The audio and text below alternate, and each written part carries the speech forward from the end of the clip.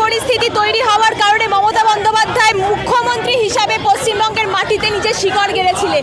কিন্তু আমিও সেই দলে ছিলাম, আমিও ওনার হয়ে কাজ করেছি। ওনার মনে থাকবে না হয়তো, ওনার জন্য আমি বামফ্রন্টের হাতে চুলের মুঠি শুকিয়েছি।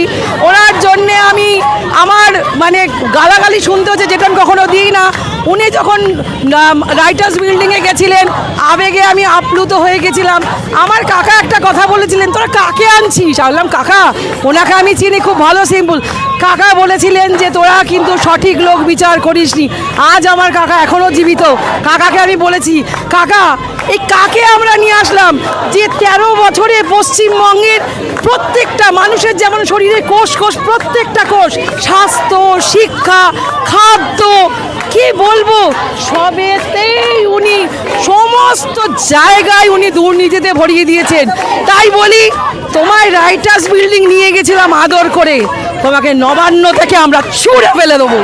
অপেক্ষা করো সেই দিনটার। মুখ্যমন্ত্রী, তোমাকে রাইটার্স বিল্ডিং থেকে যেরকম তোমাকে নিয়ে গেছি, নবান্ন থেকে এই জনতা, এই ডাক্তার, সমগ্র বিশ্ব তোমায় ছুঁড়ে ফেলবই ফেলবো, ফেলবই ফেলবো। কি মনে হচ্ছে, সত্যি ভয় পেয়েছে? তিনি তো বিন্দাস নবান্ন 14 তলায় বসে বলছেন মৃতাকে তিনি কোনো টাকার অফারই করেননি, মৃতার বাবা মাকে তিনি কোনো টাকার অফারই করেননি। আচ্ছা দেখুন, এই বিষয়ে না আমার বলার দরকার নেই, মিডিয়াগুলো খুললেই দেখা যাবে। উনি 10 লক্ষ টাকা অফার করেছেন। কালকে আবার কি বলেছেন? কালকে বলেছেন যদি মেয়ের স্মৃতিতে উনি কিছু করতে চান। আরে আমি কি সেই রাজা সোনা ছুঁতে ছুঁতে নিজের মেয়েকে সোনা করে দেবো? সেই রাজা যখন নিজের মেয়ে সোনা হয়ে যায়, তখন বলেছিল হায় আমি কেন চেয়েছিলাম সব সোনা হয়ে যাক। আমার জ্যান্ত মেয়ে, আমার হাড় মাংস গড়া মেয়ে, আমার আবেগী মেয়ে আজকে মূর্তি হয়ে যাবে, সে সোনার হোক আর প্ল্যাটিনামের হোক। আমি কি মা হয়ে মানবো? আপনি মা না হন, আপনি তো একজন মেয়ে। মেয়ে মানেই তার মধ্যে নাম থাক মমতা। আপনার নামটা যে কি করতে দিয়েছে, ঘেন্না হয়। মমতাটা শব্দটা শুনলেই না ঘেন্না আসে। তো আমি বলি, আপনি কিন্তু ভয় পেয়েছেন।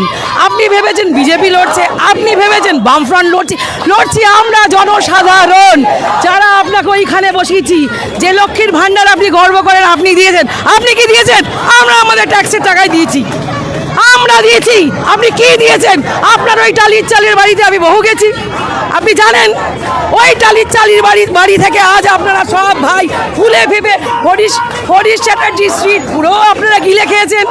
আপনি আবার সাদা শাড়ি পরে ভাবেন লোকের চোখে ধুলো পড়েছে। সবাই সব জানে, সবাই সব জানে, আমরা সব জানি, পুরো দুনিয়া জানে। অশিক্ষিতরাও জেনে গেছে আপনার ওই লক্ষ্মীর ভাণ্ডার কিছুতেই আপনার দেওয়া নয়।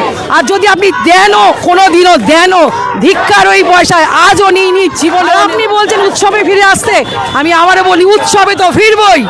বানানটা পাল্টে দিন, হর্ষু খন্ডত্ব ড্যাশ তালবস্য ব, তালবস্য সব মানে নিশ্চয়ই জানেন।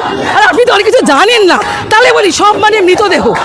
আপনি তো এই পাং অপাং ঝপাং, তার সঙ্গে আপনারা সাগরেদরাও না বুঝে হ্যাঁ হ্যাঁ করে নাচছে। একটা মূর্খ মন্ত্রীর মূর্খ মন্ত্রী পরিষদ পয়সার জন্য মেরুদণ্ড বেছে দিয়েছে। কি পাবেন? একটা জিনিস জানবেন, সবার ওপর ঈশ্বর আছে, ঈশ্বর কাউকে ক্ষমা করে না।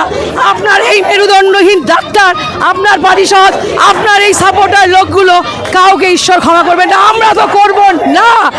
এই লড়াই চলছে, চলবে। আমরা উৎসবে ফিরবো, মা আসবে, মাকে পুজো করবো, মায়ের প্যান্ডেলে পুজো হবে, জামা কাপড় পরবো না।